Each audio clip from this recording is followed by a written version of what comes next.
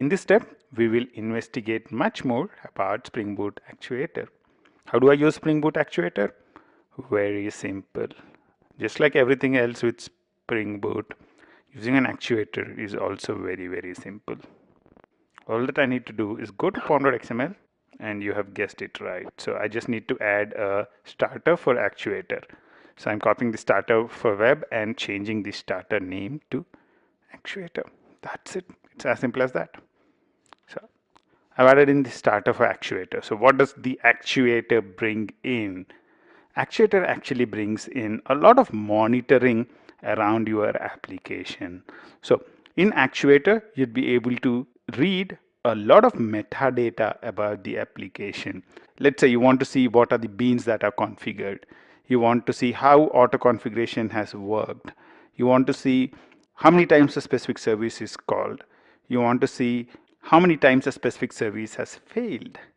All that kind of stuff you can check in your actuator, and all that I need to do to enable that is add in something called an actuator in. Spring Boot Starter Actuator actually exposes a lot of REST services, and these REST services are compliant with a standard called HAL standard, and we would use a HAL browser so that we can browse through the data which is provided by these services. Dependency for HAL browser, it's Spring Data REST HAL browser. So it's Spring Data REST HAL browser. So you can save the project.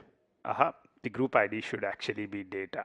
It's all Spring Framework data, Spring Data REST HAL browser. So once we add the dependency for that, the HAL browser would be configured among our dependencies. Now you can see all the dependencies in the Maven dependencies: Spring Boot Starter Actuator, Spring Boot Actuator, Spring Data REST HAL browser. That's cool. Now let's go ahead and start the server. If you look through the log now, you would see a lot of URLs starting with /application. So application info, metrics, dump, beans, env, config properties, audit events, heap dump, loggers, trace, health, mappings, and autoconfig. These are all the URLs which are exposed by the actuator. So actuator provides more metadata about your application. So let's look at these right now. All that I need to do is go to the URL localhost 8080/application, and this is too much zoomed in. Let's zoom out a little. Okay, now this is cool. So this is the HAL browser for the actuator, and you can see the response in here. You can, by default, the response contains all the URLs that are exposed by the actuator. So let's look at each one of them one by one. So let's look at info. So info is in here. So if I do a get request to info, I can see all the information which is coming out, which is not a lot. So let's go to the next one, which is metrics. One of the things that we are seeing right now is when I go to metrics, it says full authentication is required to access this resource. So it's saying I would need to be authenticated to be able to use this resource. To make it easy for us to invoke them, I'll turn off authentication. This is not something I would recommend you to do in your production, but just to get started, let's turn off authentication. For the way we can do that is by going to application.properties and add in management.security.enabled is equal to false. Save this and restart. We went to localhost 8080/application. Let's go there, and now you can see more information. Beans to start off with, and these are basically all the beans which were mapped.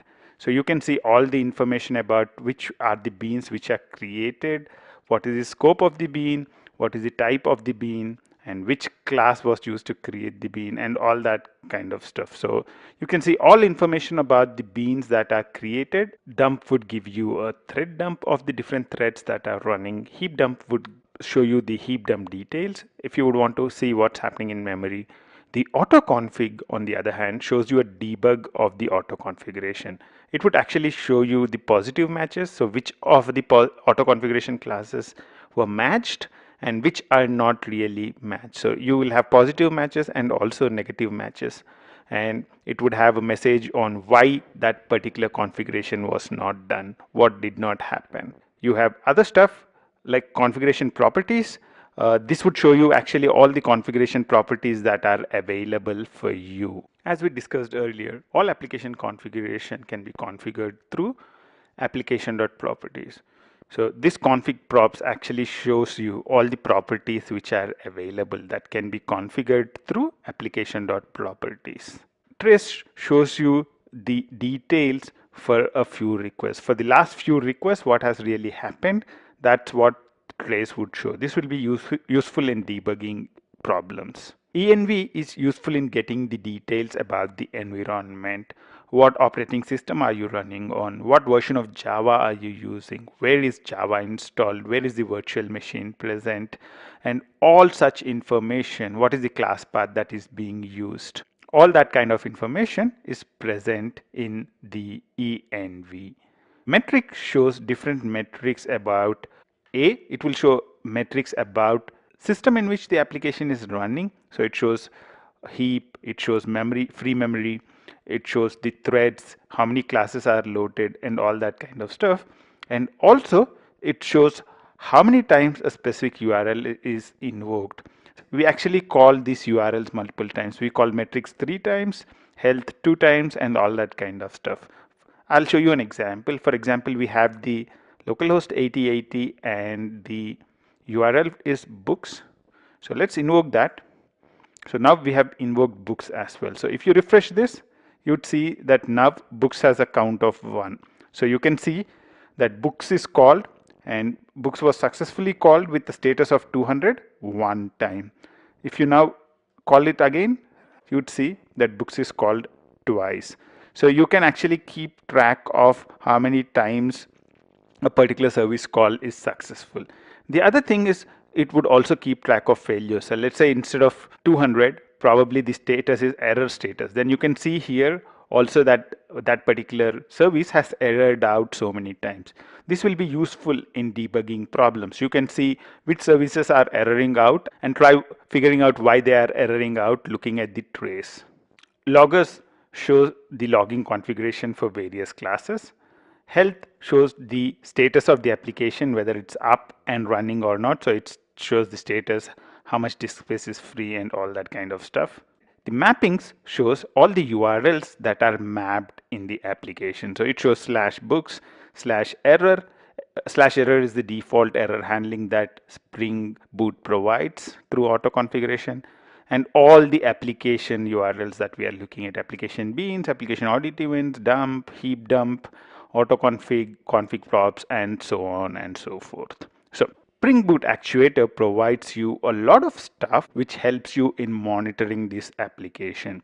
One of the important things with all this monitoring information is this has to be secured. So Spring Boot automatically turns authentication on for the admin modules. This is called the management modules. In this step, we added our dependency on Spring Boot Actuator and HAL browser, and we use them to browse through all the APIs which are offered by Spring Boot Actuator. Until the next step, bye-bye.